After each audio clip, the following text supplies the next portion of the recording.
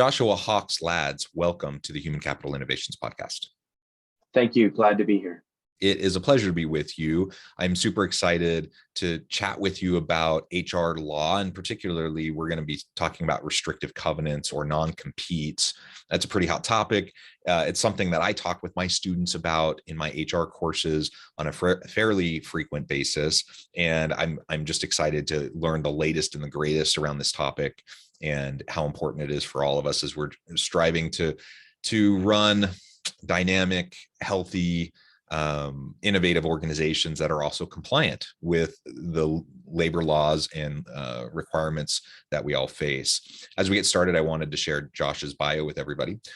Joshua Hawks Lads is co-chair of the Labor, Employment Law, and Employee Benefits Department at the law firm Pullman and Comley. He practices in Connecticut, New York, Massachusetts, and Rhode Island, and serves as outside general counsel to numerous companies nationwide.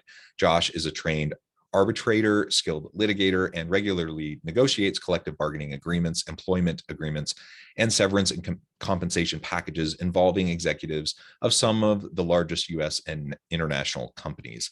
It's a tremendous background, Josh. Anything else you would like to share with listeners by way of your background or personal context before we dive on into the conversation? No, John, I think that's a great summary. Thanks. Okay, perfect. So let's start with, I'm guessing that most listeners are at least somewhat familiar with this idea of restrictive covenants or non-competes. Some jobs are more likely to have those in place than others. But why don't you lay out for us what exactly those are, and then we can talk about the types of situations where they're more common, and then some of the tricky aspects of dealing with these. Sure, happy to. And it's a very broad topic, and so let me start, if you don't mind, with a little bit of history. That hundreds of years ago, non-compete agreements were invalid. They were treated as restraints on trade, and they were not permitted. In the 1700s, that started to change a little bit. And in America, in the late 1700s and into the 1800s, restraints on trade, such as non-compete agreements, started to gain some traction and a little bit of became a little bit more in vogue, but still not really accepted in a general context. And the reason for that is because non-compete agreements are a restraint on trade, right? So they prevent a person from leaving one job and going to work for a competitor. And what is America? America is a capitalistic society. We believe in capitalism, most of us. We believe in the free flow exchange of information, the free flow exchange of ideas, and we believe that competition is good for a capitalistic economy such as ours. So a non-compete agreement naturally goes against the free flow competitive nature of our economy and what we usually think of, oh, hey, I can go work anywhere I want, right? It's a free country. And so non-compete agreements are a very unique contract because they restrain someone from going to work for whomever they want. They restrain someone from going to work for a competitor so long as the agreement is valid under the local law or various contractual restrictions. The federal government sometimes puts restrictions on non-compete agreements for their contractors. So there's a lot of exceptions.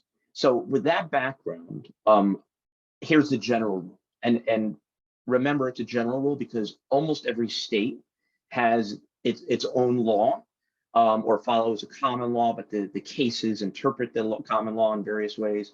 So the general proposition is that a non-competition agreement is valid so long as the state you're in says it's valid, if it protects a legitimate business interest of the employer who required that you sign it. It's number one, and that's really the most important part of it, except for many people look at the next three elements of a non-compete as the most important, but really that's the number one thing we look at when we're attempting to enforce a non-compete or seeing whether it's valid. So legitimate business interest of the employer has to be protectable and protected and must be legitimate. It has to be reasonable in its scope relating to the time restraint and the geographic restraint. And it cannot be unduly restricted. It cannot actually be a restraint on trade, preventing the employee from actually working, or it could be void as against public policy. So that's the general law, but it's interpreted, but that those laws, those elements are interpreted in many, many, many different ways by different courts around the country.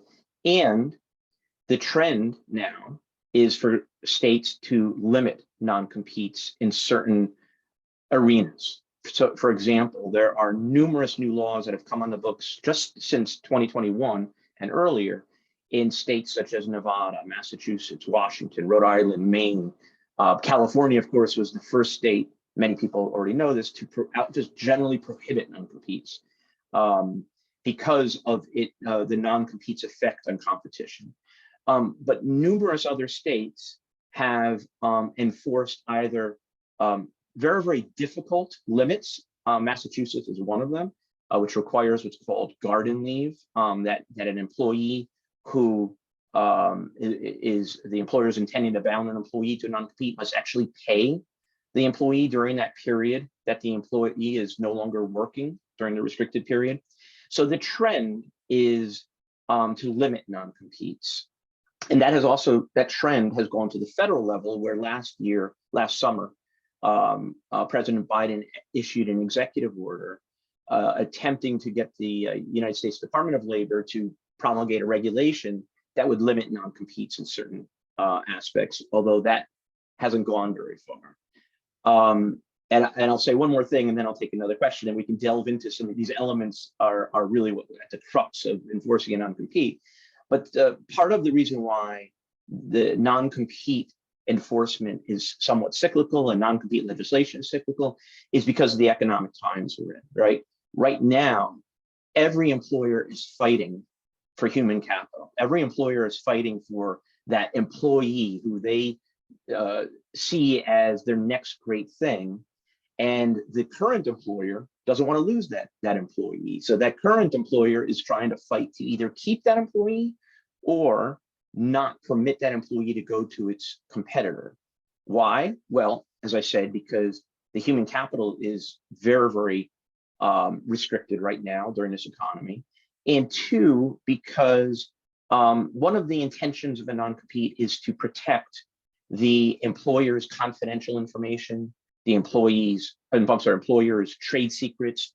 Now everyone knows about non-disclosure agreements and confidentiality agreements, but once the employee leaves the employer, while that NDA and that non-disclosure, that confidentiality agreement has value, the surest way to prevent an employee from taking secrets with him or her is by preventing him or her from leaving or from going to the competitor at all. So employers, companies really want to protect their business plans, their information relating to their customer bases, their customer relationships. And all these things fall into that category that I started this explanation with, of legitimate business interests to protect. So if an employer can demonstrate that it has these legitimate interests and it requires a restrictive covenant in the form of a non-competition agreement, and there are lesser restrictions such as non-solicitation agreements that are out there as well, but let's just focus on non-competes. If the employer can establish that they have a legitimate interest in protecting this information or this customer base or this business plan or the secret sauce, then a court may enforce a non-compete. But if an employer cannot establish that it actually has legitimate reason to prevent an employee from going to work for a competitor, assuming the non-compete agreement is valid in all of its other formal aspects, the reasonableness, et cetera, if the employer cannot establish that, then a court will not enforce it. And that's a whirlwind tour of non-competes to open this up. Yeah, no, that's super helpful. I appreciate both the historical context as well as the laying the groundwork for really the current situation and really the pendulum swings, right, that we tend to see.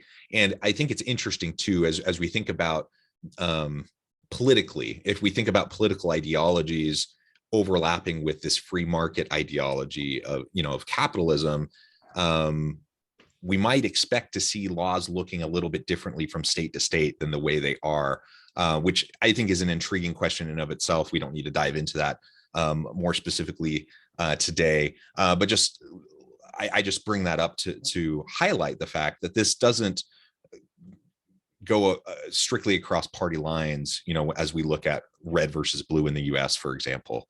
It's more complex than that. It's more nuanced than that, for sure. So anyways, that's fantastic. I want to get into some specific examples here in just a minute, but also to highlight perhaps or summarize even a little bit of what you just said.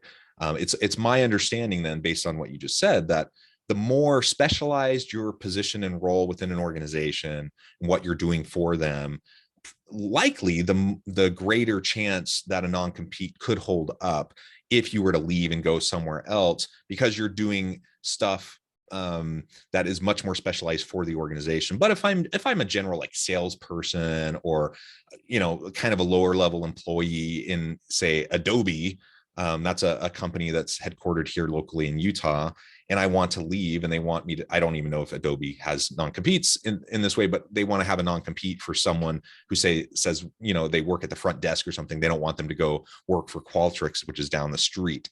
My guess is that wouldn't hold up, because there'd be no legitimate reason for that kind of an expansive restriction on that person's employability. But if you had someone who was high level, in the technology area and privy to all sorts of trade secrets, that perhaps that would be a situation where it would make much more sense. You're 100% correct. And to expand on that, number one, many of the state laws that are being promulgated now and passing, including the ones in Nevada, all the way from Nevada to Rhode Island, are prohibiting non-competes for hourly workers or for non-exempt workers because of what you just said, that there's not necessarily a legitimate reason to prevent an hourly worker from going from employer A to employer B. Now, take someone, let's compare and contrast that to someone who has two different things. Now, you mentioned confidential information, which in many instances is a legitimate thing to protect. And in fact, New York law wants to see that. If there's going to be an enforcement of a non-compete, New York looks at whether or not the employee had confidential information that requires protecting to protect the employer. But number two is customer relationships. So customer relationships are found to be a protectable interest if the employer entrusted the employee with that relationship, as opposed to the employee necessarily bringing the relationship to the employer. The case law talks about when the employer provides the employee with the weapons, puts in the employee's hands the weapons that can harm the employer, and then leaves and uses those weapons against the employer. And I find it very interesting that courts, case law, use these war terms, these battle terms, because it's what it is. It's a battle between the former employer, the former employee, and the new employer, and all three have a stake. But to get back to your original comment, you're absolutely right that the mere preventing an employee to go work for a competitor without proving the legitimate interest of the former employer is generally, in most states, I don't know every single state, but in most states where I have had cases, which I've had significant cases across the country, that's not enough to enforce a non-compete. You can't simply stop the movement of capital because you don't want your competitor to get the employee. You have to prove if that competitor got this employee, the former employer would be harmed in one of these ways that we just talked about. So yes, all of your comments are spot on, and that is the trend, to start limiting non-competes from so that hourly workers cannot be affected in their free movement, the free movement of human capital. And then one other thing on that same topic, is that if the employer can prove that the employee will harm the employer by either what it possesses in its mind, the trade secrets, et cetera, or documentation that it took, or the customer relationship, the court will be much more inclined to enforce a non-compete so long as it's reasonable in its scope and in its time and in its geography. And again, the scope of the limitation is very important. If the employee only worked, let's take your example of a company like an Adobe, and again, I don't represent Adobe, and I don't know, I use their product, full disclosure, but let's say they've got a highly high level researcher and code programmer and knows all the inner workings of how Adobe works. And that person, if they were able to bring that code to Adobe competitor X, well, Adobe would have a much stronger case to enforce that non-compete than the hourly worker who it does not know the inner workings of the organization. And also, one last thing on that topic: those employers who use non-competes as a blunderbuss and give it to every single employee, no matter who they are, including a secretary and an administrative assistant, that waters down and makes the non-compete much less likely to be enforceable by a court, because the court is going to look at these things that we're talking about, such as why are you giving your non-compete to a administrative assistant who can't hurt you? Because it for the reason we're talking about, it's only to prevent your competitor from getting these employees, and there's no valid reason to do that, the courts have said, if that's the sole reason. So yeah, so your questions were spot on. Yeah, so a bit of a tangential but related question. I know that I would not want to work for an organization that had really restrictive non-competes in place. Like if that was a term of my employment to go work for them, I honestly, it would take a lot for me to want to go work for an organization, especially where I'm contributing a lot of my own intellectual capital and those sorts of things. I know I have options. I want flexibility to be able to do what I want and perhaps go to another organization or even do my own side hustle, my own consulting work, or start my own organization at some point. Man, I would have a hard time. That would be a big pill to swallow for me to sign a restrictive non-compete with an organization. Yet I've seen that. I've seen restrictive non-competes. I've seen really, in my view, overly restrictive non-disclosure or conflict of interest types of documents that they want you to sign. And in most cases, it's just not something I'm willing to do. I'm wondering if you have a sense of, in this labor market, what that's looking like for employers who might, on their end, they might want that protection because that gives them more security, that gives them helps them to hang on to their talent, but on the other hand, could actually hurt their recruitment of bringing good talent in the first place. 100%. And you just said labor market, and the two things that impact an employee's ability to negotiate a non-compete. And by the way, if anyone listening is dealing with this issue now, the time to negotiate a non-compete is before you get into the company and before you sign it. Don't try, I mean, you're not gonna be able to do it afterwards. So when you're negotiating that job and the employer gives you the non-compete and says, oh, by the way, you have to sign this, and you employee should make that inquiry before you start at the company. And we can talk about the legality of a employer giving a non-compete to an employee after they start in a moment. And some laws are now preventing that, including Massachusetts. But the two issues here are bargaining power of the employee, bargaining power of the company, and the market forces. Because, and again, it's cyclical. So right now, we have a situation where the companies are fighting for employees, right? So the employees' bargaining power is much, much stronger than it was, say, 2013 to 2021, where after the Great Recession, employees were looking and looking and looking. And there's so many professions where employers could take their pick, and the employers would say, yeah, you want this job, sign here, or we'll move on to the next one.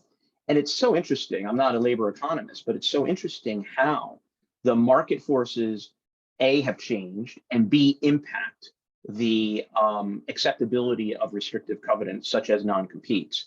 So 100% right. If you, and by the way, I should preface this by saying I primarily represent management, but when it comes to restrictive covenant agreements, I represent both sides because it's a contract and it's a unique contract. And often I get hired by the new employer to fight the non-compete on behalf of the employee. Sometimes I'm hired by the, or more often, or equally often, I'm hired by the former employer to go after the employee in the non-compete. But I represent both sides because it's this battle of, it's an intellectual battle. But I don't want to in any way diminish the importance of it. People's careers are won and lost over non-competes, whether they could go to a competitor or not, or go to the job of their choice or not. So these are very important documents. So with that in mind, I will say this to the employee: know your bargaining power, number one. And if you're strong and can negotiate it, do it. If you're weak and you can't, well, then you need to think about, hey, I just have to sign on a dotted line. But let's also talk about the employee who has a customer base, because if you're bringing your customer base with you to whatever company you're going, and there's many different industries that are looking for that book of business, right? So if you're bringing it and they want you to sign a non-compete, if you don't carve out your customer base when you come to the new company, the new company is going to say, we own that now, and you can't solicit that customer base when you leave. So it's extremely important that if you're willing to sign a non-compete or a non-solicitation covenant, and let me, after I say this last thing, let me explain the difference between the two. You must carve out your current book, unless, of course, the employer is saying, no, we're taking you on and paying you all this money and giving you a sign-on bonus and this commission base for your book. So you're not going to be able to solicit this book again once you leave here. And there are a lot of employees who go from place to place to place with their book and try to keep soliciting the same book. So employee, really important that you carve out your book. Employer, really important as to what your intent is. Do you need this employee so badly that you're going to allow them to carve out their book? Or are you going to say, no, we're taking your book and we need to make money on it. We're paying you a lot of money and it's going to be ours when you're gone. And often there's negotiations on that as well.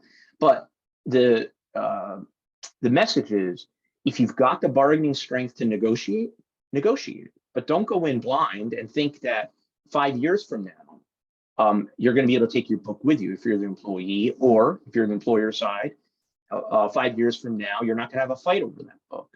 But very briefly, the difference between a non-compete and a non-solicitation covenant, they're both restrictions, they're both restraints on trade, but they're different, obviously, because a non-compete covenant prohibits an employee from going to work for a competitor. A non-solicitation covenant, which are much more, they're upheld much more than by courts than non-competes, according to the contractual terms, of course, as we just discussed. But the non-solicitation covenants mean that the employee can't solicit either customers or prospects or employees of their employer when they leave. So again, very important that non-solicitation covenant be negotiated if it is important to the employee and or employer at the time. And then later as well, not only at the time, but at the time of enforcement as well. One other thing I mentioned, I just want to talk about consideration because it's an important legal aspect and a lot of people don't understand what consideration is. I mentioned that if an employer gives a non-compete or non-solicitation covenant to an employee after employment has started, there must be consideration for it. When an employer gives an applicant a non-compete or non-solicitation covenant at the time of employment, the consideration is the employment. So we know that there's valid consideration at the time. Consideration means the promise between the two, the employee and the employer. The one is being bound to do something, and one is being bound to do something else. And that's the simplest way to look at consideration. But many courts require that there be valuable consideration, meaning money exchanged, when an employee is signing this covenant. Again, in the first instance, employment is considered valuable and money is exchanged by the employee providing services and the employer paying for those services and providing bonuses and commissions. But if an employer 6 months or a year into an employment relationship, all of a sudden springs a non-compete or non-solicitation covenant on an employee, that employer must make sure that there is consideration for that agreement, or it may not be valid at the time of enforcement. So what is the consideration? Some courts hold that the threat of termination and continuing employment is consideration. Some courts hold you have to give monetary consideration. Some courts look at midstream, what we call midstream non-competes, as invalid. So very, very important that employers understand the law. If they don't have restrictive covenant agreements now, and they want to give them to employees in this what we call midstream employment, in the middle of employment. Very, very technical and very important aspect when it comes to enforcement. Yeah. Well, Josh, this is just also fascinating. And I know we've just scratched the surface. We could go a mile deeper in all of this. But I also note the time, and I'm going to have to let you go here in just a minute to get back to your busy day. So we're going to close there for now, but I welcome you back anytime so we can continue the conversation and even talk about other employment law topics. Before we close today, I wanted to give you a chance to share with listeners how they can connect with you, find out more about your work, how they can connect with your firm, and then give us a final word on the topic for today. Sure. Thanks, John. Much appreciated. I've really enjoyed the dialogue. So I'm with the firm Pullman and Conley LLC. We have offices in, as you noted, New York, Connecticut, Massachusetts, and Rhode Island. My practice is a nationwide practice because I have clients all over the country, and so assist them nationwide.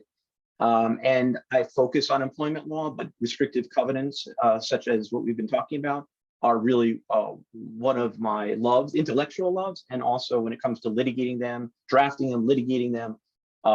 It's something that's a large part of my practice, and enjoy doing it for my clients.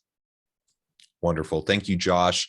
It's been a pleasure. I encourage listeners to reach out, get connected, find out more about what Josh can do for you. And as always, I hope everyone can stay healthy and safe, that you can find meaning and purpose at work each and every day.